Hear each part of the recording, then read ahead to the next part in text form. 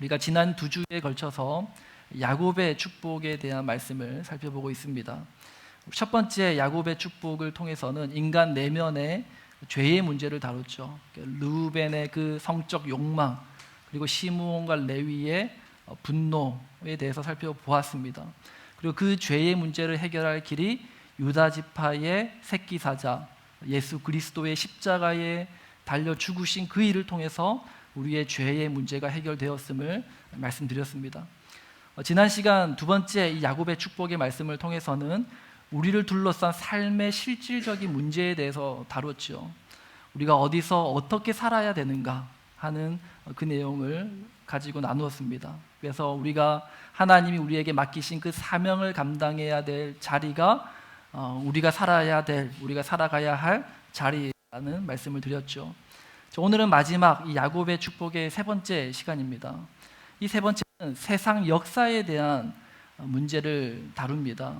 여기서 세상 역사라는 것은 하나님 나라 역사와 대조적인 의미로서 이 세계 일반 역사를 의미하는 것입니다. 하나님은 기독교 역사만 이끄는 것이 아니라 우주 세계 만물의 역사를 이끄시는 분이십니다. 그러므로 당연히 세상 역사도 하나님이 이끄시는 거죠. 성경의 예언서를 읽다 보면은 하나님이 이스라엘 백성들을 향한 예언의 말씀도 하시지만 이스라엘 주변 나라들에 대한 예언의 말씀을 하시는 것을 보게 됩니다. 그러니까 세상 모든 민족과 나라의 역사도 하나님이 이끄시고 주관하신다라는 증거라는 거예요. 자, 먼저 인류의 역사는 전쟁의 역사라고 할 수 있죠. 오늘 보면 19절 말씀 우리 함께 읽습니다. 갓은 군대의 추격을 받으나 도리어 그 뒤를 추격하리로다. 갓이라는 이름의 뜻은 행운이라는 뜻을 가집니다. 유대 전승에 의하면 군사적 행운을 의미한다라고 그렇게 얘기합니다. 성경 안에도 끊임없는 전쟁이 기록되어 있죠. 구약에서는 나라와 나라 간의 전쟁이 기록되어 있고, 또 신약 성경에는 당파 간의 싸움, 바리새인, 사두개인, 또 헤롯 당들이 예수님을 죽이려는 그러한 전쟁들이 기록되어 있습니다. 또 성경 역사 이후에는 세계 이제 전쟁이 계속해서 이제 지속되었죠. 우리가 잘 아는 십자군 전쟁에서부터 시작해서 또 세계 1, 2차 대전, 그리고 식민지 전쟁, 또한 우리 한국에 있었던 한국 전쟁, 가슴 아픈 전쟁의 역사를 이 세계는 경험해 왔습니다.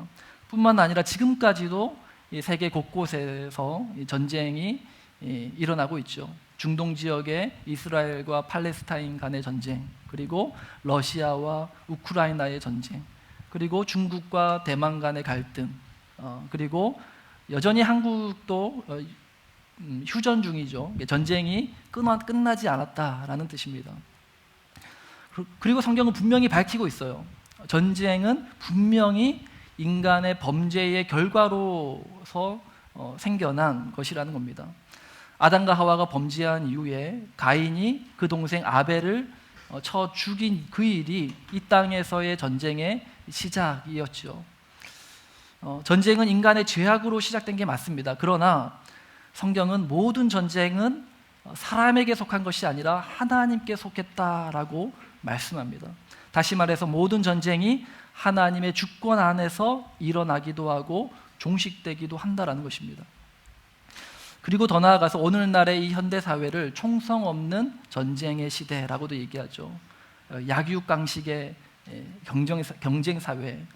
그 경쟁이 치열해서 마치 전쟁과도 같다라고 말합니다. 자, 그런데 경쟁이 무조건 나쁜 것만은 아니죠.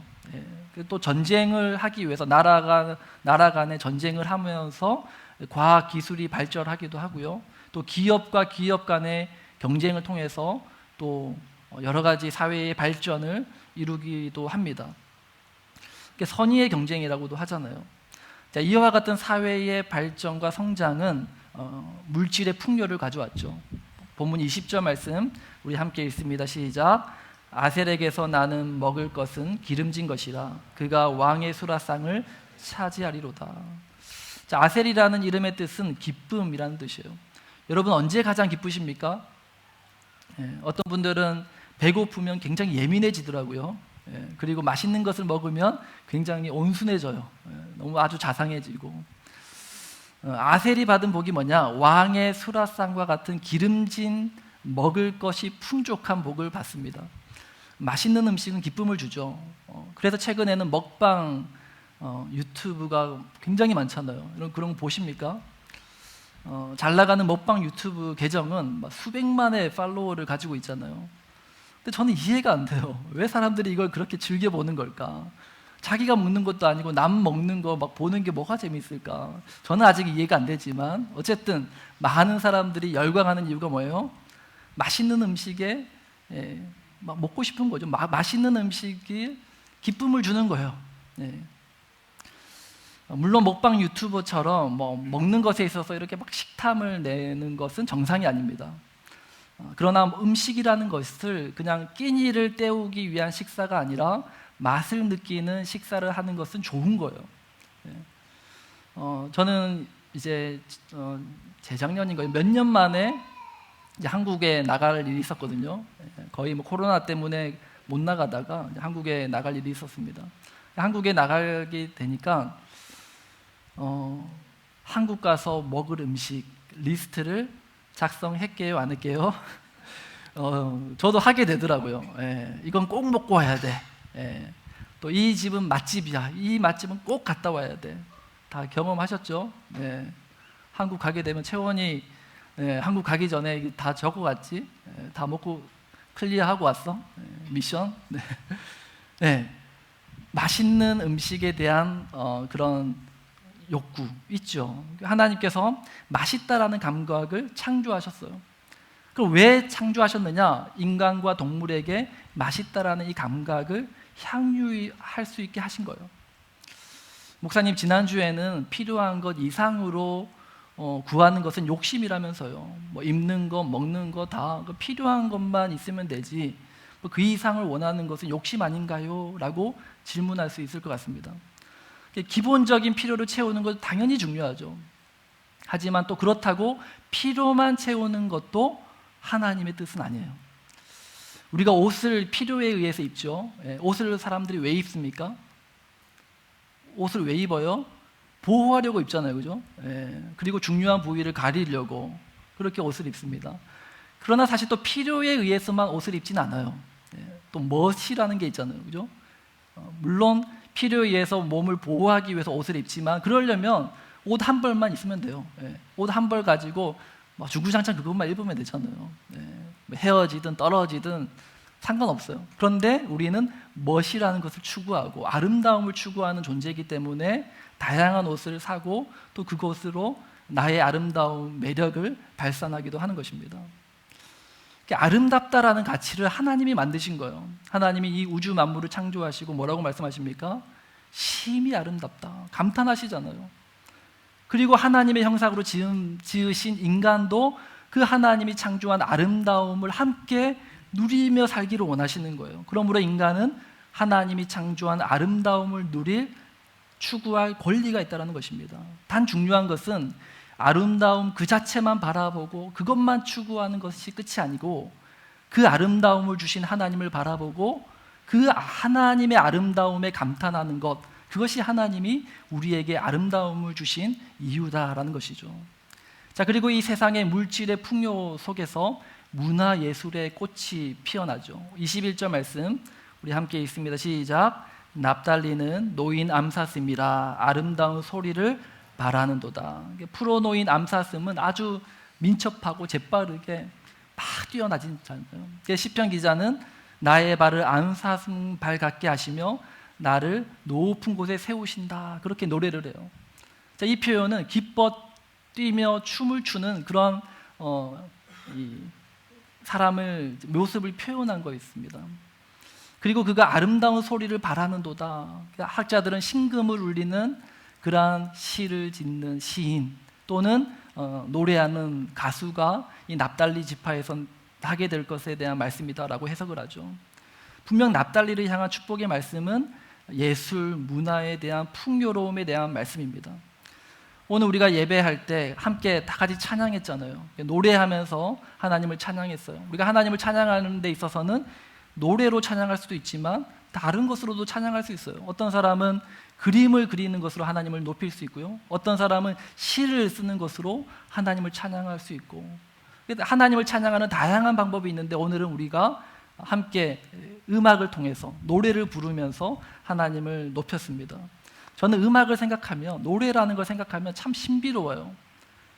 다른 음계들의 리듬 있는 나열이 이렇게 사람을 울리기도 하고 웃기기도 하고 막 들었다 놨다 하잖아요. 음악이라는 것이 단순히 어떤 소리의 파동이 아니라 정말 어떤 그 안에 풍성한, 풍요로운 어떤 예술적인 것들이 있다라는 것입니다. 도대체 인류는 어떻게 음악이라는 것을 발견했을까? 신비롭지 않습니까? 사람은 처음 창조되었을 그때부터 이 음악적인 재능을 타고난 거 아십니까?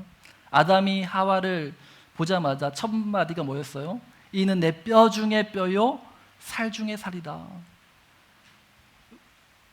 음률이 있는 노래였어요. 그러므로 좋은 음악을 듣고 또 그 음악이 주는 감동에 심취하는 것은 하나님의 창조물을 통해서 하나님을 느끼기에 아주 좋은 매개체라는 것입니다.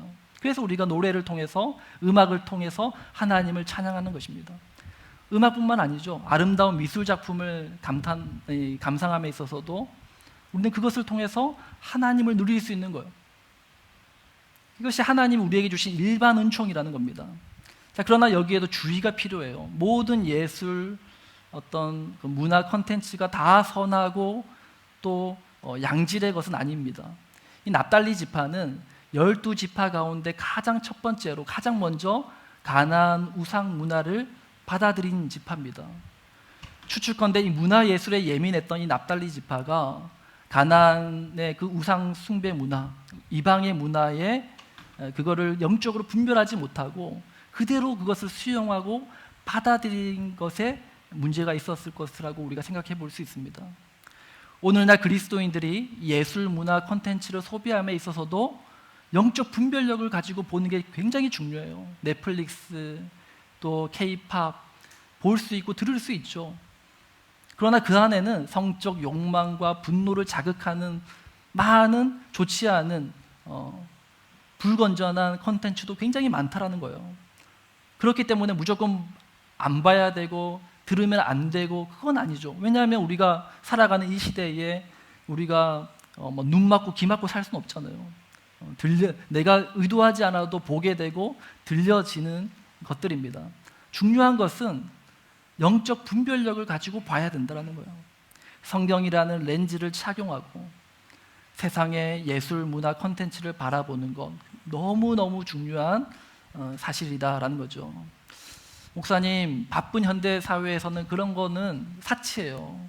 먹고 살기 바쁜데 예술, 문화, 하나님의 창조 세계 그런 거 언제 다 누리고 살아갑니까? 그냥 일 끝나고 집에 가면 유튜브 보다가 잠드는 게 제 낙입니다. 그렇게 얘기하시는 분들이 있을지 모르겠습니다. 그런데 우리가 삶이 더 분주하고 바쁘면 바쁠수록, 정신이 없으면 없을수록 우리의 마음의 여유를 가져다주고 또 쉼을 가져다주는 시간을 가지는 것, 마음의 한켠에 공간을 주는 것 굉장히 중요한 겁니다. 제가 굉장히 감동 깊게 본 영화 가운데 쇼생크 탈출이라는 영화가 있어요. 다 대부분 보셨죠? 안 본 분들은 꼭 보시기 바랍니다. 주인공 앤디가 억울하게 이제 누명을 쓰고 쇼생크 교도소에 이제 종신형을 받고 수감되죠. 말할 수 없는 억압과 짐승만도 못한 취급을 받으며 살아갑니다. 근데 앤디는 전직 은행 간부였기 때문에 그 교도소의 교도관들, 교도소장의 어떤 세금 면제를 도와주고 또 어떤 재정 관리를 맡아주면서 그 사람들의 신임을 얻게 되죠.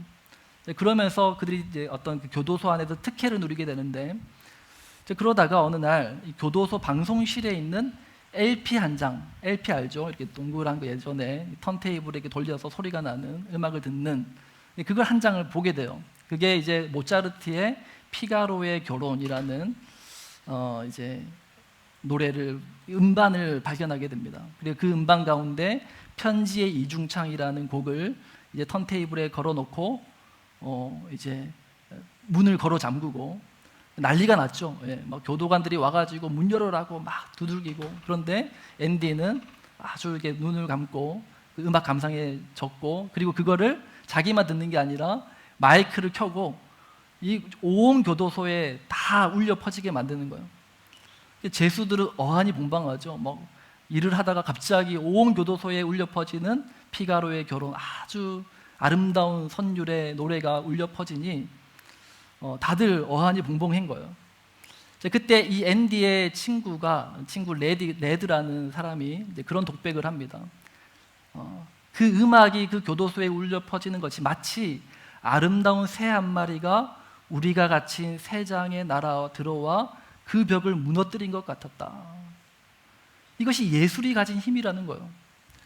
예술은 바쁘고 정신없이 살아가는 우리 일상 속에서 마음 한켠에 여유를 가져다 주게 하는 겁니다.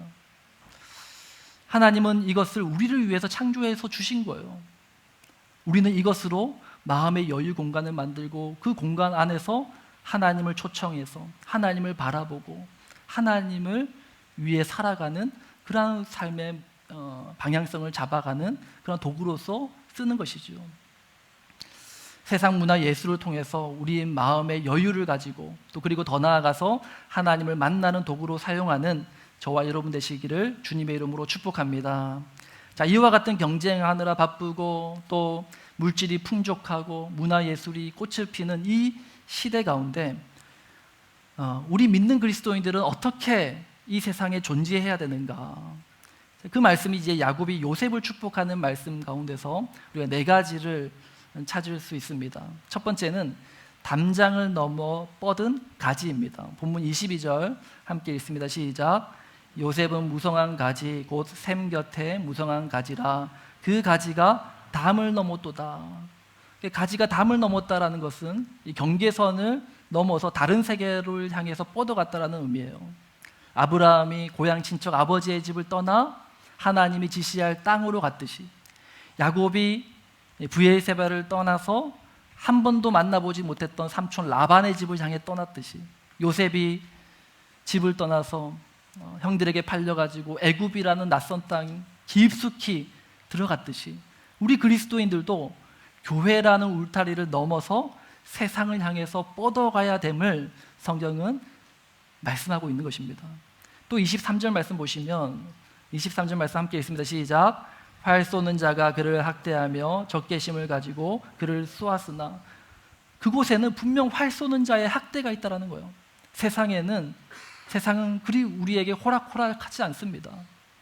내가 가진 세계관, 성경적인 세계관과 또 세상에 존재하는 다른 세계관이 서로 충돌해서 부딪혀서 깨어질 수도 있어요. 하지만 그렇다고 우리가 이 울타리 안에서 안전지대 안에만 머무를 수 없다라고 성경은 말씀하는 것입니다. 자, 그런데 우리가 세상을 향해 뻗어갈 때 가더라도 우리가 잊지 말아야 될 중요한 사실이 뭐냐면 나는 샘 곁에 무성한 가지라는 사실입니다. 가지가 뻗어서 담장을 넘어갔어요. 다른 세계를 향해서 갔지만 그 뿌리는 어디 있다고요? 여전히 샘 곁에 있는 거예요. 이 말씀은 시편 1편 3절 우리가 잘 아는 말씀과도 연결되죠. 우리 함께 시편 1편 3절 함께 읽습니다. 시작. 그는 시냇가에 심은 나무가 철을 따라 열매를 맺으며 그의 잎사귀가 마르지 아니함 같으니 그가 하는 모든 일이 다 형통하리로다. 가지는 담장을 넘었지만 뿌리는 샘 곁에 있습니다. 이 말이 의미하는 바가 뭐예요? 24절 말씀 보십시오. 24절 말씀 보시면 요셉의 활은 도리어 굳세며 그의 팔은 힘이 있으니 세상에 학대하는 자들이 있지만 그러나 도리어 요셉의 활은 도리어 굳세며 그의 팔이 힘이 있대요. 왜? 왜냐하면 야곱의 적는 자 이스라엘의 반석인 목자의 손을 힘입음이라. 전능자의 손을 힘입었기 때문에 요셉은 강해질 수 있다는 거예요. 영원한 샘물이신 그리스도로부터 세상에서 살아갈 힘과 지혜를 끊임없이 공급받으며 사는 거예요. 그리고 그가 받은 복에 대해서 더 구체적으로 성경은 말씀합니다. 25절 하반절에 보시면은 위로 하늘의 복과 아래로 깊은 샘의 복을 주신다. 위로 하늘의 복과 아래로는 깊은 샘의 복. 무엇을 말하는 것일까? 옛날 성경에는요, 상천하지의 하나님, 위로 바라볼 때도 하나님 계시고 땅에도 하나님이 계시는, 위에는 하늘에 계신 창조주 하나님이 계시고 땅에는 인간의 몸을 입고 오셔서 영생하도록 솟아나는 샘물 대신 그리스도가 계신 거예요. 위를 봐도 하나님이 계시고 아래를 봐도 하나님이 계시고 어디를 봐도 나와 함께 하시는 하나님이 계신 거예요. 우리가 이 광야와 같은 세상, 홀로 버려진 것 같은 이 세상을 살아갈 때 결코 혼자가 아니라는 사실을 기억하시기 바랍니다. 내 영혼의 뿌리는 시냇가에 뿌리를 내리고 있는 거예요. 그리고 그리스도께서 항상 나와 함께 하십니다. 그 진리를 믿고 이 세상에서 하나님의 능력을 덧입고 살아가는 저와 여러분 되시길 주님의 이름으로 축복합니다. 자, 마지막 아니네요. 죄송합니다. 마지막이면 좋겠지만 25절 하반절에 보시면 젖먹이는 복과 태의 복을 주신다라고 말씀해요. 젖먹이는 복과 태의 복. 육아에 지친 부모님들은 이게 무슨 복이야? 라고 할 수 있죠. 근데 복이래요. 그러니까 며칠 전에 우리 가운데 가장 최근에 출산하신 우리 한나영 집사님과 통화를 했습니다. 통화하기 쉽지 않더라고요. 거의 뭐 첩보 영화처럼 제가 전화 걸면은 뭐 아기 재우느라 수유하느라 전화 못 받으시고 또 전화 왔는데 제가 또 다른 일 하느라 전화를 못 받고 막 그러다가 여러 번 하다가 겨우겨우 통화가 됐어요. 그러면서 이제 얘기를 하는데 힘드시죠? 어렵죠? 하는데 너무 힘든데 이게 이제 낮에는 이제 얼마 전까지 어머님이 함께 계시다가 이제 지난주에 어머님이 한국 가시고 낮에 우리 준호 집사님이 안 계시면 이제 혼자 있고 아기랑 있는데 그게 너무 어색하다는 거예요. 근데 아기가 잠든 모습을 보면 너무 행복하다는 거예요. 잠든 모습을 볼 때 너무 기쁘다라는 거예요. 그렇죠. 잠든 모습, 잠든 아기를 보면은 참 아름답죠. 사람이 살면서 할 수 있는 많은 행위 중에 또 하나의 생명을 낳는 것, 이것이야말로 가장 신비롭고 아름답고 거룩한 행위가 아닐까 생각합니다. 우리 교회 성도님들 가정 가운데는요, 새 생명을 기대하면서 기다리는 그리고 기도 중에 있는 가정들이 있어요. 하나님의 기쁘신 뜻대로 하루빨리 정말 아름다운 새 생명을 주시길 주님의 이름으로 축복합니다. 자, 그런데 꼭 육으로 난 것만 출산은 아니에요. 또 영으로 난 것도 출산입니다. 영혼의 생명을 잉태하여 낳는 것, 그것을 우리는 전도라고 부르는 것입니다. 젖먹이는 복과 태의 복은 하나님께서 우리를 통하여 세상의 많은 영혼들을 하나님의 자녀 삼기 원하시는 그러한 하나님의 자녀로 새 생명을 얻게 하시려는 그러한 뜻을 우리를 통해서 이루시겠다라는 말씀이에요. 하나님은 전도라는 미련한 도구로 영혼을 구원하기를 기뻐하신다고 성경은 말씀합니다. 그리고 천사들은 한 영혼이 구원받아 하나님의 자녀가 되는 것을 너무나도 고대하고 기다리고 있다고 말씀해요.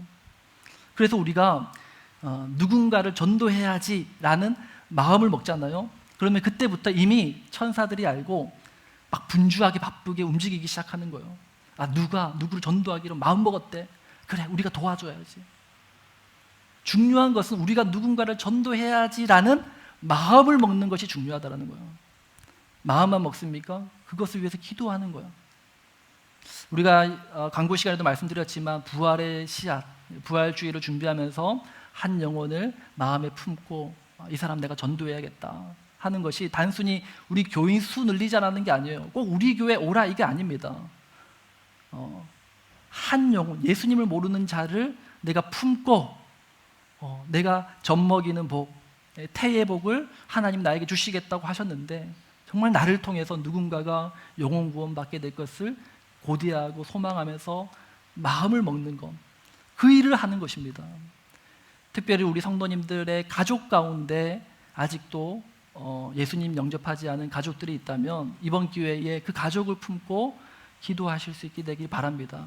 그리하여서 이 요셉이 받은 축복, 젖먹이는 복과 태의 복을 받아 누리는 저와 여러분 되시길 주님의 이름으로 축복합니다. 자, 마지막 야곱이 요셉에게 준 복에 대해서 말씀하죠. 26절 우리 26절 말씀 함께 읽습니다. 시작. 내 아버지의 축복이 내 선조의 축복보다 나아서 영원한 산이 한없음 같이 이 축복이 요셉의 머리로 돌아오며 그 형제 중 뛰어난 자의 정수리로 돌아오리로다. 자, 야곱이 요셉에게 내 아버지의 복이 내 선조의 복보다 낫다, 그런 말씀하죠. 자, 이 말이 무슨 뜻입니까? 내 아버지 누구예요? 나 야곱이 내가 받은 복이 너의 증조와 할아버지 아브라함이 받은 복, 너의 할아버지 이삭이 받은 복보다 내가 받은 복이 더 낫다라는 거예요. 정말 그럴까? 사실 생각해보면 아브라함이 받은 복이 어떤 복입니까? 아브라함은요, 그 아버지 데라가 부유했어요. 그래서 부유한 가정에서 자랐고요. 그리고 그는 커서도 전쟁을 해서 능력이 있기 때문에 나가서 전쟁에서 이기고, 그리고 그 전리품으로 멜기세덱에게 11조도 바치고 아주 영향력이 있었던 그런 사람이 아브라함이었죠. 그리고 이제 한 번은 애굽에 갔는데 아내 사라를 누이라고 속인 이유로 바로가 사라를 데리고 가잖아요.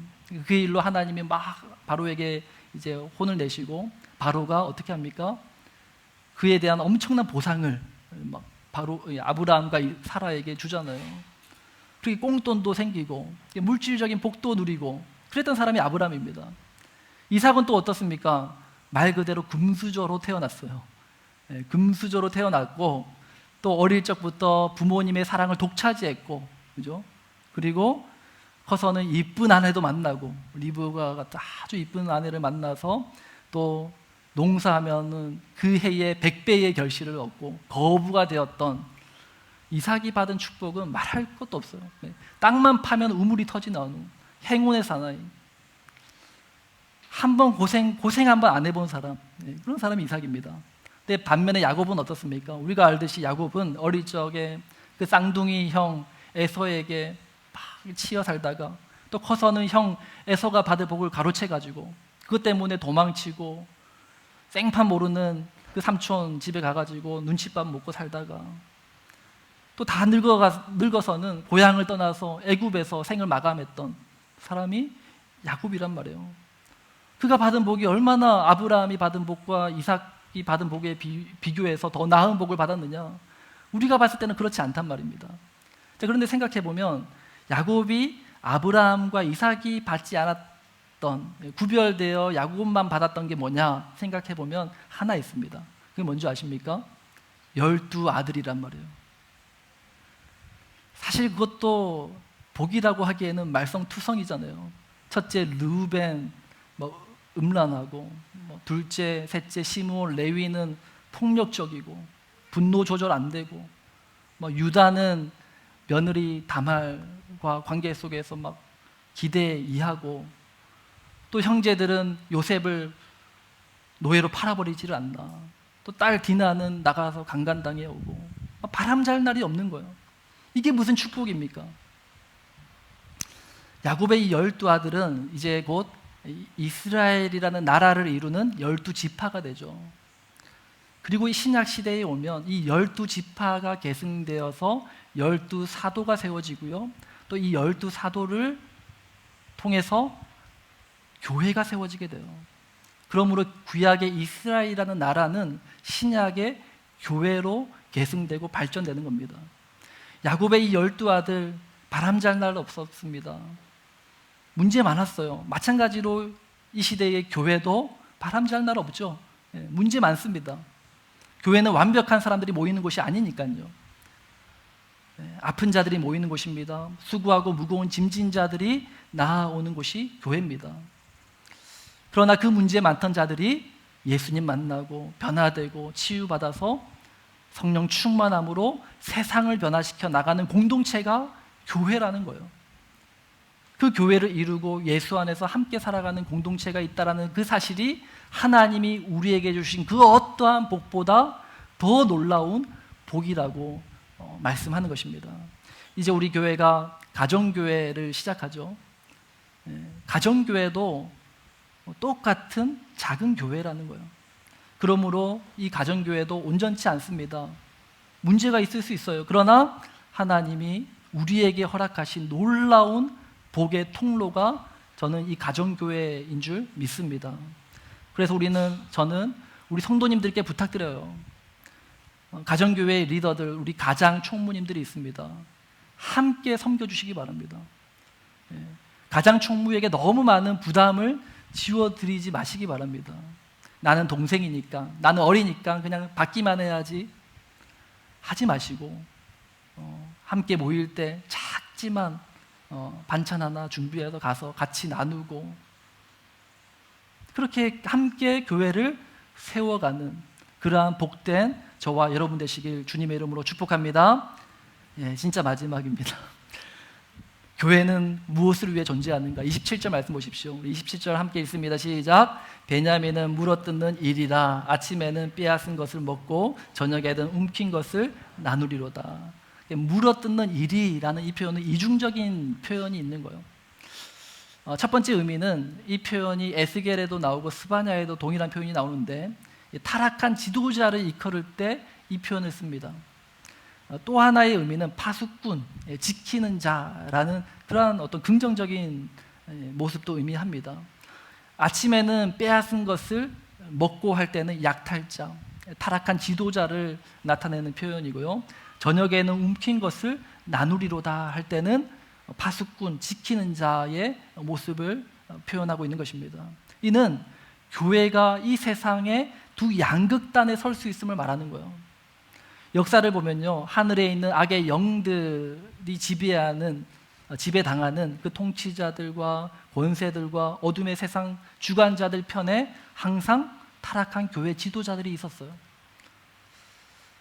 또한 동시에 완전히 반대편에는요, 그들을 대적하여 싸우는 하나님 편에 선 하나님의 거룩한 군대로서의 교회와 또한 성도와 또한 교회 지도자들이 존재했습니다.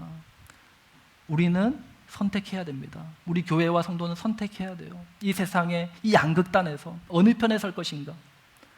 세상과 타협해서 세상의 풍조를 따르는 그러한 삶을 살 것인가? 아니면 이 어두운 세상에 진리의 등대로 빛 대신 주님을 비추는 그러한 존재가 될지, 오늘 우리는 그 기로에 서 있는 것입니다. 우리 하늘샘 교회와 우리 성도님들, 우리 모두가 하나님 편에 서고 진리의 편에 서서 진정한 교회됨을 이루어가는 우리 모두가 될 수 있기를 주님의 이름으로 축복합니다. 아멘. 우리 시간 함께 말씀을 생각하면서 함께 찬양하기 원합니다. 우리에겐 소원이 하나 있네 라는 찬양입니다. 많은 하나님 우리에게 주신 복이 있어요. 그렇죠? 물질의 복, 문화, 예술을 누리는 복들 다 주셨어요. 그것도 다 좋은 복이에요. 다 누릴 수 있어요. 그러나 하나님 우리에게 주신 최고의 복이 뭐냐? 교회라는 복입니다. 이 교회됨을 이루어가는 것. 우리의 소원은 무엇입니까? 교회를 교회되게 하는 것, 예배를 예배되게 하는 것, 진정한 부흥의 날을 갈망하는 것. 이것이 우리의 소원입니다. 우리 함께 믿음으로 함께 고백하며 찬양합니다.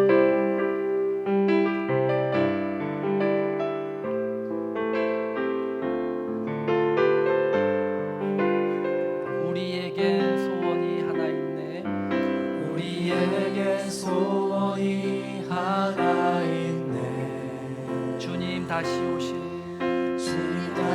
오실 그날까지 우리 가슴에 새긴 주의 십자가 사랑 나의 교회를 사랑케 하네. 주의 교회를 향한 우리 마음, 주의 교회를 향한 우리 마음, 희생과 포기와 가난과 고난, 하물며 죽음조차 우리를 막을 수 없네. 우리 교회는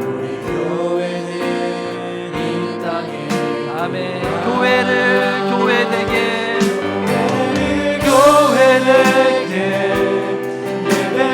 예배되게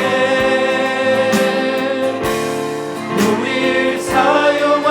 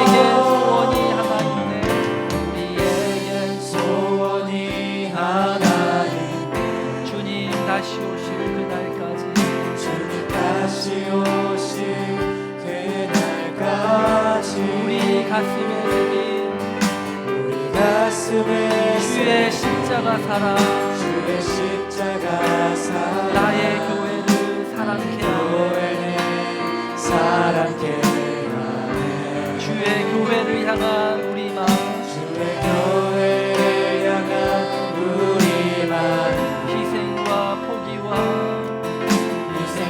포기와 가난과 고난 하물며 죽음조차 하물며 죽음조차 우리 막을 수 없는 막을 수 없는 우리 교회는 이 땅에 임하네 교회를 교회되게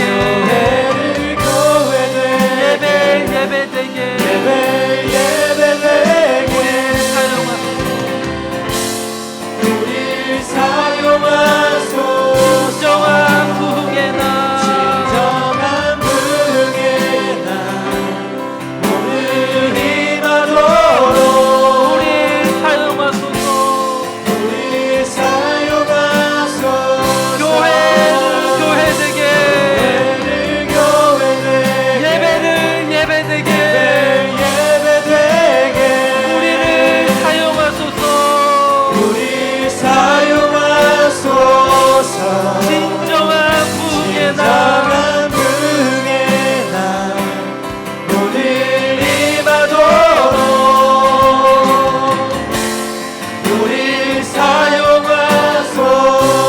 함께 기도하며 나아갑니다. 주님 다시 오실 때까지 주님 부르신 곳에서 교회됨을 이루며 살게 하시고 진정한 부흥의 날을 경험케 하여 주옵소서. 함께 합심으로 기도하며 나아가겠습니다. 오 하나님 아버지 진정한 부흥의 날을 경험케 하여 주옵소서. 하나님 우리를 통하여 교회가 교회되게 하여 주시고 예배가 예배되게 하여 주옵소서. 아버지 진정한 부흥의 날이 아버지 주의 복음 위에 세워진 것을 보게 되리라. 주여 우리를 사용하여 주옵소서. 우리는 연약하고 부족하지만 하나님 주님의 샘곁에 심기운 시냇가에 심기운 나무가 십자를 쫓아 과실이 되는 것처럼 아버지 우리 인생 가운데 하나님과 같은 놀라운 선한 열매 맺는 우리의 삶이 되게 하여 주옵소서. 주님 인도하여 주옵소서. 주님 우리와 함께하여 주옵소서. 아버지 우리 하늘샘 교회가 진정 하나님 원하시는 바로 그 교회를 이루어가게 하여 주옵소서. 아버지 세워지게 된 가정교회들 가운데 하나님의 크신 은혜가 임하게 하여 주옵소서. 하나님의 능력 있는 교회되게 하여 주옵소서. 사명 감당하는 교회되게 하여 주옵소서. 주님 인도하여 주옵소서. 하나님 세우신 리더들 가운데 하나님의 능력을 불어 주옵소서. 하나님 감당할 만한 힘과 지혜와 능력을 부어주시옵소서. 권능자의 그늘 아래 거하게 하여 주옵소서. 주님 함께하여 주옵소서.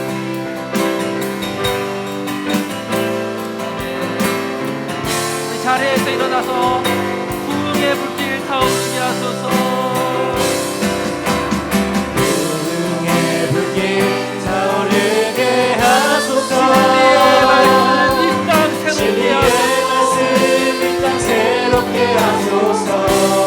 은혜의 강물 흐르게 하소서.